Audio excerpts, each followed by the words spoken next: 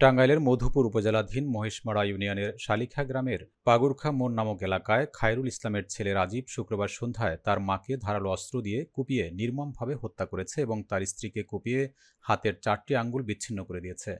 স্থানীয়রা তার স্ত্রীকে উদ্ধার করে মধুপুর উপজেলা স্বাস্থ্য কমপ্লেক্সে নিয়ে যায়। সেখানে তার অবস্থার অবনতি হলে কর্তব্যরত চিকিৎসক উন্নত চিকিৎসার জন্য তাকে ময়মনসিংহ মেডিকেল কলেজ হাসপাতালে প্রেরণ করেন।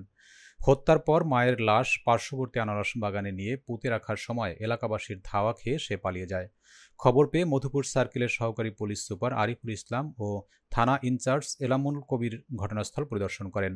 সুরতহাল রেকর্ড করার পর তার লাশ ময়নাতদন্তের জন্য টাঙ্গাইলে প্রেরণ করা হয়েছে। এদিকে মধুপুর থানা পুলিশের একটি চৌকস দল মাত্র ৩ ঘন্টা অভিযান চালিয়ে রাত ৩টার দিকে খুনি রাজীবকে মহিষমারা কোনাপাড়া এলাকা থেকে গ্রেপ্তার করে।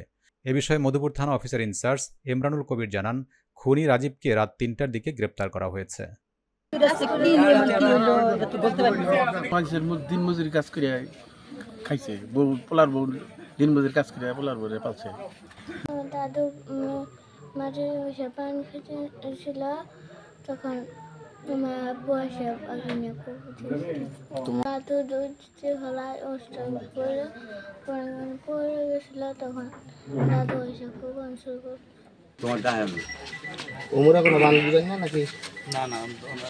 নড়াইলের কালিয়া উপজেলার চাচুরী ইউনিয়নের ৮ নং ওয়ার্ড বিএনপির সাধারণ সম্পাদক ও হারিয়ারখোপ গ্রামের মৃত কাউসার ফকিরের ছেলে শিহাব ফকিরের দোকান ভাঙচুর ও দোকানের মালামাল নগদ টাকাসহ লুটপাটের ঘটনা ঘটেছে। শুক্রবার সকাল 6:30টার দিকে চাচুরী ইউনিয়নের হারিয়ারখোপ গ্রামে শিহাব ফকিরের দোকানে ঘটনা ঘটে। ভুক্তভোগী ও ঘটনার প্রত্যক্ষদর্শীরা জানান, শুক্রবার সকাল 6:30টার দিকে চাচুরী ইউনিয়নের ৭ নং ওয়ার্ড আওয়ামী লীগের সভাপতি আজিজার শিকদারের নেতৃত্বে ইউনিয়ন যুবলীগের সাধারণ সম্পাদক ফিরোজ মোল্লা, সাদ্দাম শেখ, শাহিন শিকদার, সাজ্জাদ শেখ সহ শতাধিক লোক নিয়ে শিহাব ফকিরের দোকানে হামলা করে ভাঙচুর চালায়। এ সময় দোকানে থাকা নগদ টাকা লুটপাট করে নিয়ে যায় তারা। এ ঘটনায় ভুক্তভোগী শিহাব ফকির বলেন, আওয়ামী লীগ নেতা আজিজার মোল্লার নেতৃত্বে বিগত সরকারের আমলে আমরা বিএনপির লোকজন অনেক অত্যাচার নির্যাতনের শিকার হয়েছি।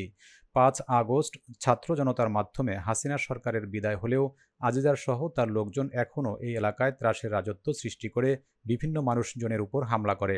তারা নাশকতা মামলার আসামি হয়েও কিভাবে প্রকাশ্যে ঘুরে বেড়ায় এমন প্রশ্ন করেছেন পুলিশ প্রশাসনের কাছে। তবে হামলার বিষয়ে আজিজার শিকদারের সাথে যোগাযোগের চেষ্টা করা হলে তার ব্যবহৃত ফোনটি বন্ধ পাওয়া যায়। এ বিষয়ে কালিয়া থানার ভারপ্রাপ্ত কর্মকর্তা মোহাম্মদ মেহেদী হাসান জানান, দোকানপাট ভাঙচুরের খবর পেয়ে কালিয়া থানা পুলিশ ঘটনাস্থল পরিদর্শন করেছে। এ বিষয়ে ভুক্তভোগীর কাছ থেকে অভিযোগ পেলে আইনগত ব্যবস্থা নেওয়া হবে। জয়পুরহাটে বাংলাদেশ জাতীয়তাবাদী দল বিএনপির উদ্যোগে দোয়া ও ইফতার মাহফিল অনুষ্ঠিত হয়েছে। শুক্রবার সন্ধ্যায় সদর উপজেলার নেঙ্গাপীর কামিল মাদ্রাসা প্রাঙ্গণে ভাতশা ইউনিয়নের ১ ও ২ নম্বর ওয়ার্ড বিএনপির অঙ্গ সংগঠনের আয়োজনে এ মাহফিল অনুষ্ঠিত হয়।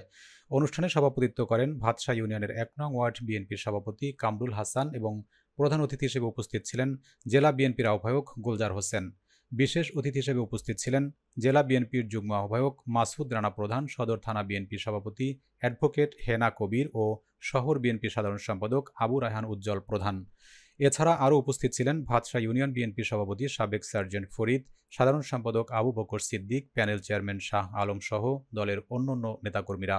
অনুষ্ঠানে দলীয় নেতারা দেশের বর্তমান রাজনৈতিক পরিস্থিতি, গণতন্ত্র পুনরুদ্ধার এবং জনগণের অধিকার প্রতিষ্ঠার বিষয়ে আলোচনা করেন। তারা বলেন, বিএনপি সবসময় জনগণের পাশে ছিল এবং ভবিষ্যতেও থাকবে। অনুষ্ঠানের সঞ্চালনা করেন জেলা ছাত্র দলের যুগ্ম সাধারণ সম্পাদক সাজেদুর রহমান রেজা।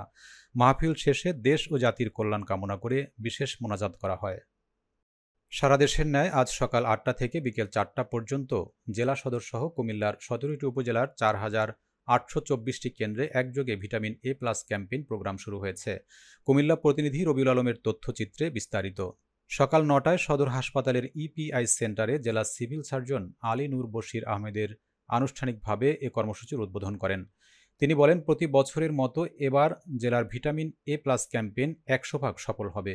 এবার নীল রঙের ক্যাপসুল পাবে জেলার ৬ থেকে ১১ মাস বয়সী ১,১১,৯৯১ জন শিশু, আর লাল রঙের ক্যাপসুল পাবে ১২ থেকে ৫৯ মাস বয়সী ৮,৫০,৯৫১ জন শিশু।